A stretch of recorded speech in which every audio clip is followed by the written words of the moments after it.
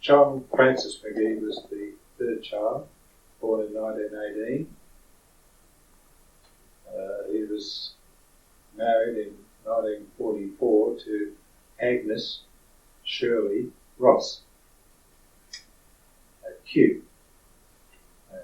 No wonder she was known as Shirley. He retired and lived in Canberra for some time until he died. On the golf course? Playing golf. He had heart problems and he died playing golf. About 86 or something? He would have died between Brendan and Brendan died 8 years ago, Ginny died 5 years ago, so John would have died about 6.5. About 86, 87, I reckon. 88 maybe. 87, 88. He had 5 children. Patricia was born in 1946, who now lives in New South Wales. Mm-hmm. And she had 3 children to Kirk Lorange, Daniel, Rowan and Astrid. Bernadette, who was born in 1948, single. She's very artistic, Potter, and she lives in Sydney. And John William Magee, born 1949. He married a Veronica Ross. They must have liked the name Ross in family somewhere. And they were married in Adelaide. His occupation was a geologist. They lived in Canberra. I think they're separated. There was one child. Simon Edward Magee. Peter David Magee was born in 1956 in Sydney. He's single, student, and living in Canberra. And the last one is Judith Louise, was born in 1960 at Melbourne. She lives in, was living in Canberra, I think now is in Sydney. Christened John, but he was known within the family as either Jack or Johnny. Johnny came later, much later in his life. But he was known as Jack. But everybody called him Jack. Right. It was an interchange of names. John. Well, it is an interchangeable. John and Jack are synonymous. It's alright. Huh? So, what did he do? Oh, well, why'd you ask? He was educated at Prety, then St Pat's, and he did extremely well. And he joined the public service and The Navy Department. yes, he's always in the Navy Department. He was in a restricted occupation during the war. He was, because of the nature of the work he was doing in the Navy Department, and in other words, he couldn't join the forces. He was militarised with the rank of Lieutenant Colonel. Now, he was never militarised. He would have been if But he wasn't a soldier. He would have been. You should have been militarised or neutralised, but he's. But then he went to Canberra. He was married before he went to Canberra. I think He went to Sydney first. Yes, that's right. He went to Sydney. Then he was back in Melbourne. Then he went back to Canberra. Canberra, yeah. And this is all with work? About Yeah, 58 he's he still on went the to Navy Canberra. Department. You ever moved from Sydney with work? Well, that's post-war. What was he doing in the Navy Department? He finished, when he finished, he was in logistics. In fact, he was tied up in a lot here at the end and did several trips to America, and based mainly on learning about computers. fact, I think when he retired, he was probably about in the top 3 of the Labour Department. He was the secretary of the department, the assistant secretary, and him. He's very bright. He was an extremely bright, intelligent person. But he was Very responsible keen for on introducing radio. computers. Ham Computers radio, wasn't Into the Navy Department. Anyway, he retired and became very active in the St Vincent's Ball Society in Canberra. And then we got the oral news one day that he passed away on the golf course. And we all went up to his funeral, of course. Yeah, he wasn't ill, was he? Or No, He'd had a previous heart attack. well, he didn't mention that when we were up there for his he? birthday. We were up I for his don't 70th think so. birthday. Shirley Yeah. said she was just Sorry, so lucky. he was subject to a heart attack Oh, was he? beforehand. Yes. What's news to me? Well, it Because doesn't surprise me. we went up. We went up for his 70th birthday, and there was no talk of anything else there. He was as fit as a trout. Yeah, but he'd had a heart attack a year or 2 beforehand. No. But he's also very keen on ham radio, wasn't he? He was Oh, very yes. big in that. Yes, business. Later life, after he retired. Yes, and he actually. Jack studied law and he didn't qualify as a barrister. and was admitted to the bar. Did he ever never practiced? He never practiced. He practiced. He never did any good, but he was practicing. Was this after his? retired. That was before he retired. Yeah, before but this is last when he wasn't well. Now he wasn't. He had skin problems. did he just did that out of interest or for work? Oh, yeah. or? Well, he was just a study nut, you know. Love to know He why. He topped the state Victoria's counts. Don't think so. He did. In at least I one think one subject. in one subject. Well, so did I. Oh. Boy born was Brendan Stanislaus McGee, who was born in 1921 at Richmond. He married in 1944 to Roma Jean Heard at Hawthorne. So when did he meet Roma? What do you? Roma Oh, was a they whack. married. Roma was a whack. Women's He was head. a study. Yeah, right. Okay, go. And they got married in 1944. Journalist in his last 20 years. You could say he was also He He was a Channel 9 or He was Yeah, comedy writer for Graham Kennedy of In Velvet Alive fame. served during the war in the Air Force. And With Harry Dirth. he served in the desert as a ground crew and then later switched to a concert party that was organised to entertain the troops throughout New Guinea. And led by Harry Dirth. Uh, Who had great fame in the old days as the host of Lux Radio Theatre, when there was only radio and no television. I think it might be a bit before these children. It was nonetheless, it was still Harry who? Harry who? Harry Dirth, Dirth. He and Roma had 6 children. Margaret Mary McGee, who's still living in southern Melbourne. Brenda McGee, who is living, has been married to a policeman in Western Australia, but they have just now moved back to Devonport, Tasmania. Veronica McGee, who's living in Tasmania. Sharon McGee, who's living somewhere up on the coast in New South Wales. Patrick McGee, who's married, living in Melbourne, and in fact just recently had his 2nd son. And Catherine McGee, who also lives in Tasmania. Yeah. Oh, Brandon. commonly known as Pommy. Well, that was Bobby. Pommy.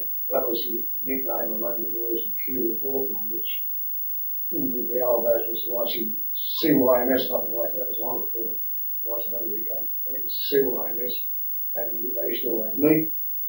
The Saturday night at Manresa with a dance, you know, and with a sporting globe up the back. He joined the girls, and Tom. that was his nickname among the fellows that used to socialise with. And he was, as I recall, I remember his first job was with, and again that was in the time when jobs were not easy to get. It was with a crowd called J.A. Mills in Flinders Lane, manufacturers' representatives. One of their products was petrol tobacco, which didn't last very long. And I remember he used to bring home these posters of a Navy patrol boat breaking through the ocean, you know. I think he brought some petrol tobacco home too. It got very mixed reception from the rest of the family. Right? And when he left there,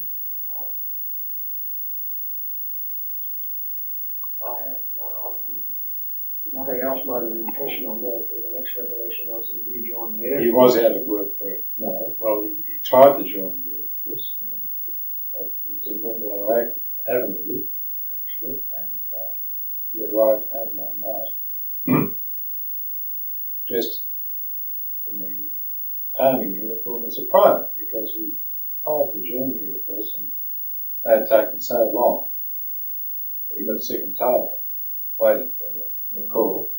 So he joined the army, and Ginty, being a commissioned officer, was most upset that his brother was a private. It's true. Oh, come on.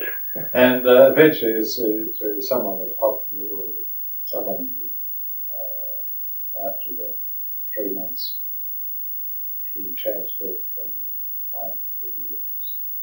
There's a lot of fair bit of nepotism going on with the father in the Yes. public service there. Hey? Now, who would ever say a thing like that? He saw service in the Western Desert with No. 3 Squadron. Squadron leader Bobby Gibbs, who was quite famous. It was a fighter squadron and flying Kitty Hawks, P-41s. And after the Middle East second, he came back to Australia, and shortly after that he became involved with the concert parties which toured New Guinea. Harry Girth, who, I think I've said this before, haven't I? We weren't on tape. Oh, were we? Are you sure?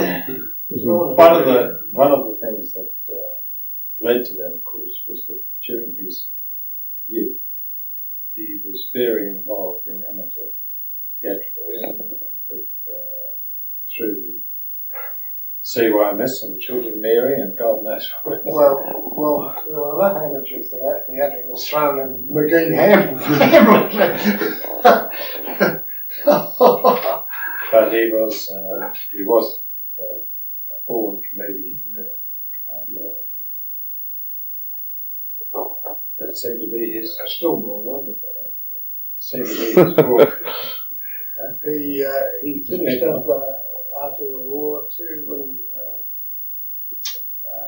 as we said, he was working with Brendan.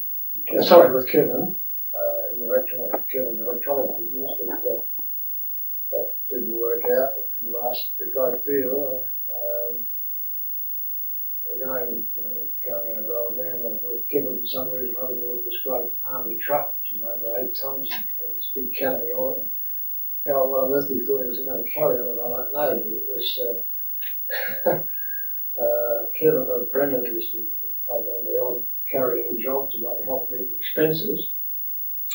But eventually they parted company, and he went from there. Wait a moment, he was involved in the Stevedore Authority. That's right. Yeah. Yes. Yeah. I beg your pardon. That's good. That he was involved with the Australian Stevedore Industry. He was a port inspector. In fact, he was the assistant. Assistant to Harry That's how Miller, he got who was the job for the commissioner. commission. Yeah. He was the assistant, personal assistant to Harry Miller, Neal, who was the director of the commissioner. the Commission of Ports of Australia. All right. Then. Yeah. Then he became a port inspector when Harry left and the whole thing was restructured. And he got Kitty a job there. That's right. And that was in the interim period So- after he left Kevin. Then he left the Stevedore Industry Authority to do the script writing. Channel 9. And Go to Channel 9. so on. In fact, I still see one of the names as a scriptwriter on Channel 9 still, but worked with Stuckey and Brennan. That's Nicole Jones. Oh yeah, Mike McCall Jones. Yeah. So he must be a good age. Yeah. Was he at He the was, one as a matter of fact, side? he was in radio. He was in radio for a while, but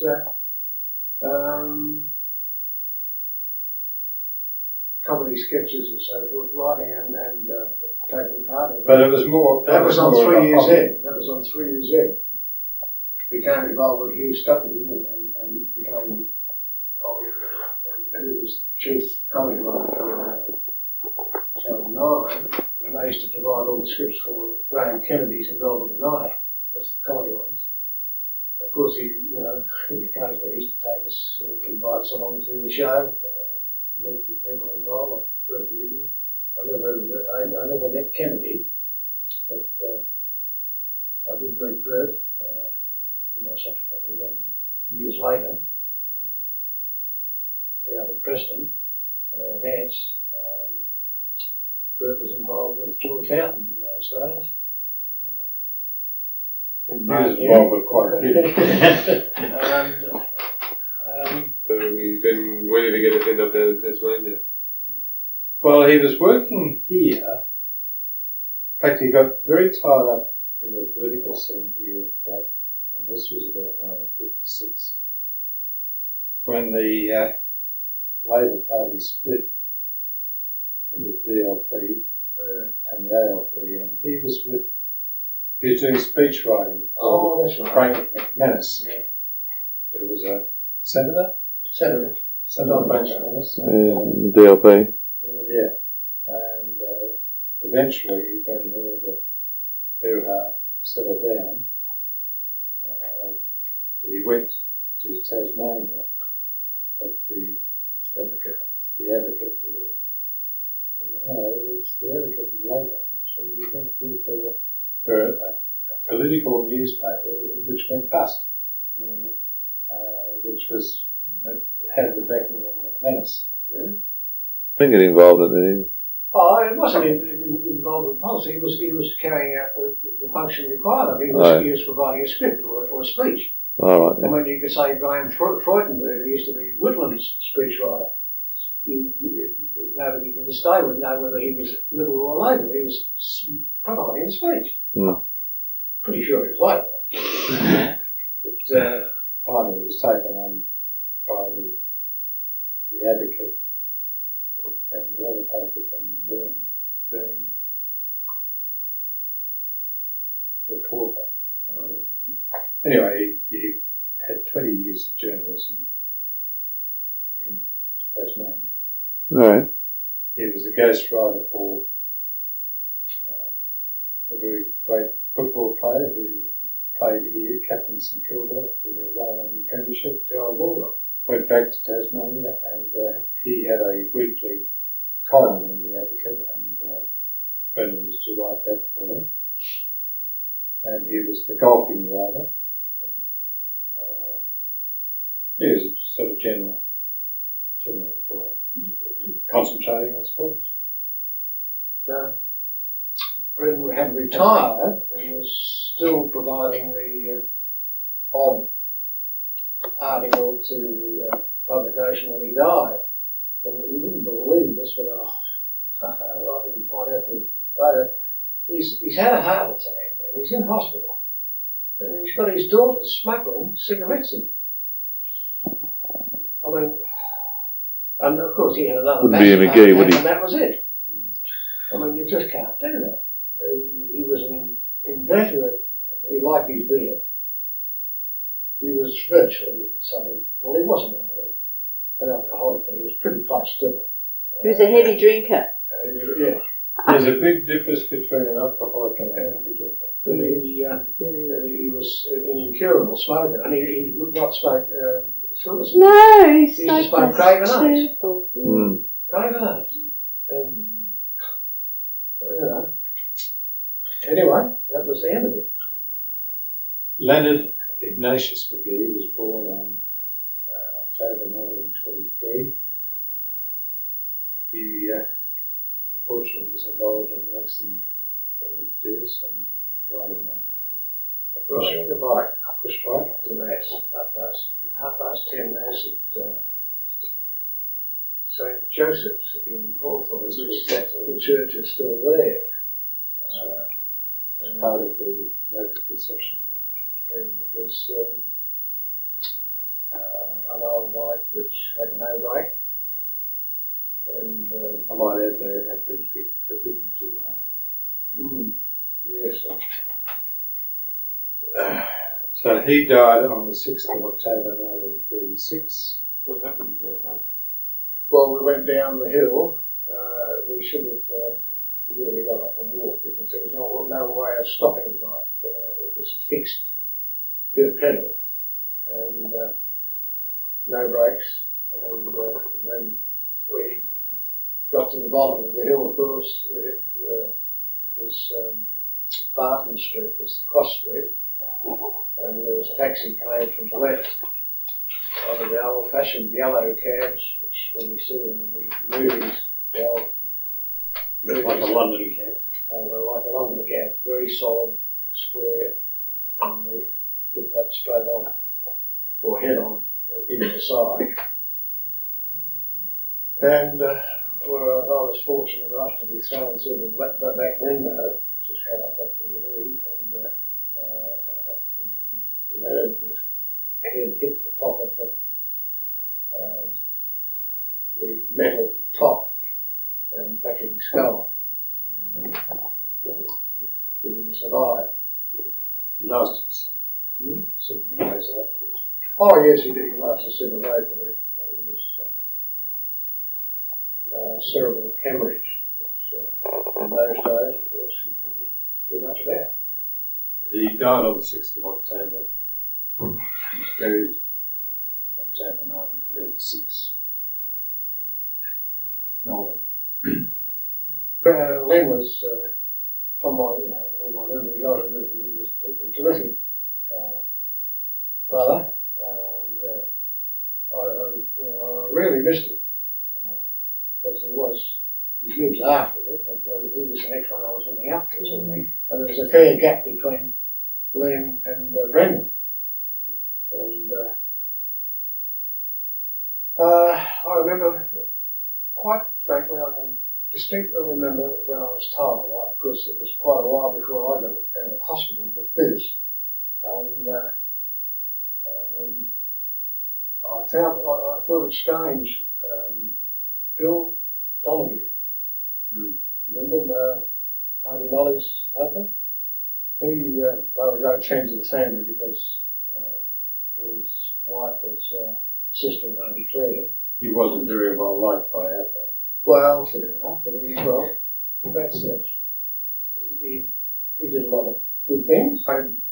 Bill Donoghue came to pick me up, which I thought was unusual, because I expected Mum to come and pick me up. And anyway, he took me downstairs. It was at the Children's Hospital in Battery Street. It's the upstairs one. Not the current one where it is now, the old one. And he took me downstairs and we sat in the front seat of his car, which was one of the old square rig Dodgers, dark blue with a wire wheel on the back. And we sat in there and he said, you've got to be very brave, Des. And I said, why is that? And he said, well, now, He said, you know, you were hurt in the accident. And I said, yes. And he said, well, then he was hurt too, and he was hurt more than you. And he was in such pain that God took him to hell. So, and then it sort of it dawned on me, and I remember.